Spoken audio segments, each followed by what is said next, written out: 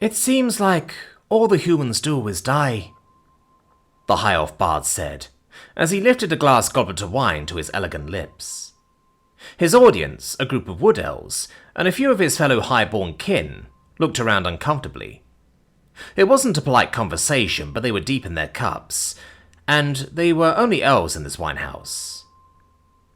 Wood elf settlements were officially open to humans, but their odd behavior and short lives made it uncomfortable for them to settle for long. I know we've all thought about it once or twice. It's unkind to say it, and you're all taught by your tutors and craftmasters that it's gauche to mention their lack of longevity. He then smiled ruefully at his younger but no less youthful audience. And it is impolite, just as I could never move as quietly as you, my dear friends. All the many races have their advantages and disadvantages, etc. But that's not why we don't mention it. The wood elves looked at each other again, this time in confusion. We are told that ingenuity and ambition makes humanity a force to be reckoned with, and that's true to a point.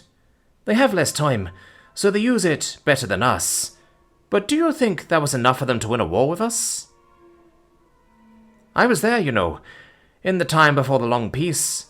Humans had just started showing up in our borders, and this was long before we started devoting ourselves to art and study.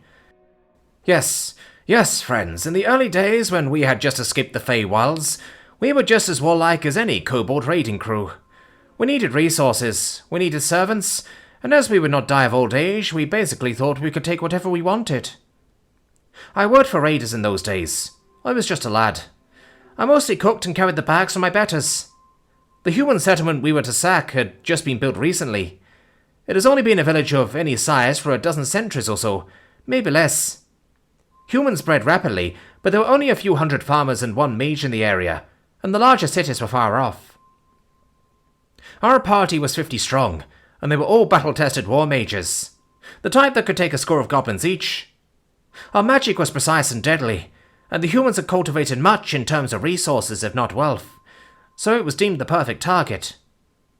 Now we all know human mages are impressive for how little time they have to study, plus they can add a few centuries to their usually paltry years for exposure to magic. So we stole into the graveyard at the edge of town where the mage built his tower.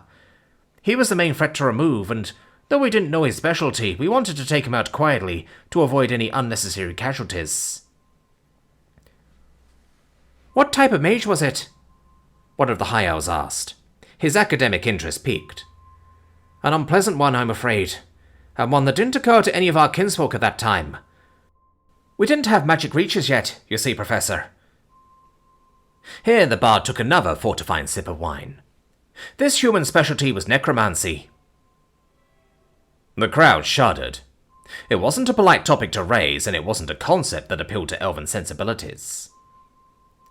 And here is why I say the human's ability to die is their greatest strength. Now, friends, you've no doubt visited human villages of similar size, despite the years they've kept much of their character. Have you ever seen one of their old graveyard towers or churches? The audience nodded. And what do they look like? Like the church, or tower, or whatever is sinking into the ground. One wood elf merchant volunteered. Yes, indeed, and that's what we assumed too. This tower looked like it had sunk 5 feet or so into the graveyard around it. Now, do you understand why we were so foolish to attack the tower? Only the professor nodded, his face turning a peculiar shade of grey-green. I see the academic can do the required geometry. The bard smiled ruefully as he leaned into his audience, most of whom looked quite confused. Well, Professor, what spell could a human wizard in such a situation cast that could be so devastating? Raise the fallen. The ashen-faced professor croaked out through his own wine glass as he took a hearty pull. I don't understand, the other high elf in the audience said. The village was about as large as this one, and that curse only raises the corpses in a defined area around the caster. I mean, surely they only had a few score graves to draw from, maybe as many as 300 if it had been there a long time. I've seen those graveyards, and they aren't vast catacombs. See, this is where our longevity weakens us. We think so little of dying we don't have to deal with the logistics. We build grand tombs for our dead when they are killed in war or succumb to disease. But humans die all the time. Give them a few centuries, and even a little village of a few hundred will have a graveyard that looks like the buildings are sinking. They aren't sinking. The ground around it has risen. There weren't 4 scores or so corpses in the graveyard. There were over 40,000. 40,000 corpses, yes. But also the emotional pain and loss of each of those corpses' friends and family. Enough grief, sadness and regret to fill all the poetry books of all the universities in all the realms.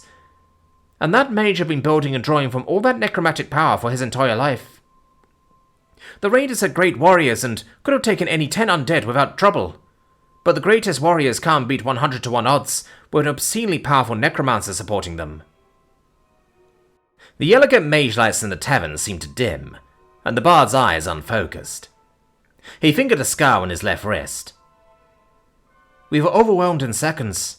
I turned and fled and hid in the village well, trying to keep my tears from betraying me. The horde once raised rampaged for weeks, destroying our party, our greater army, and an entire elven city before they ran out of mana and, at last, deliquested. The bard finished his wine and then fixed the elves in his audience with the stare of a being that had seen civilizations rise and fall and had learned humility. All the humans do is die, and we must pray they never realize it.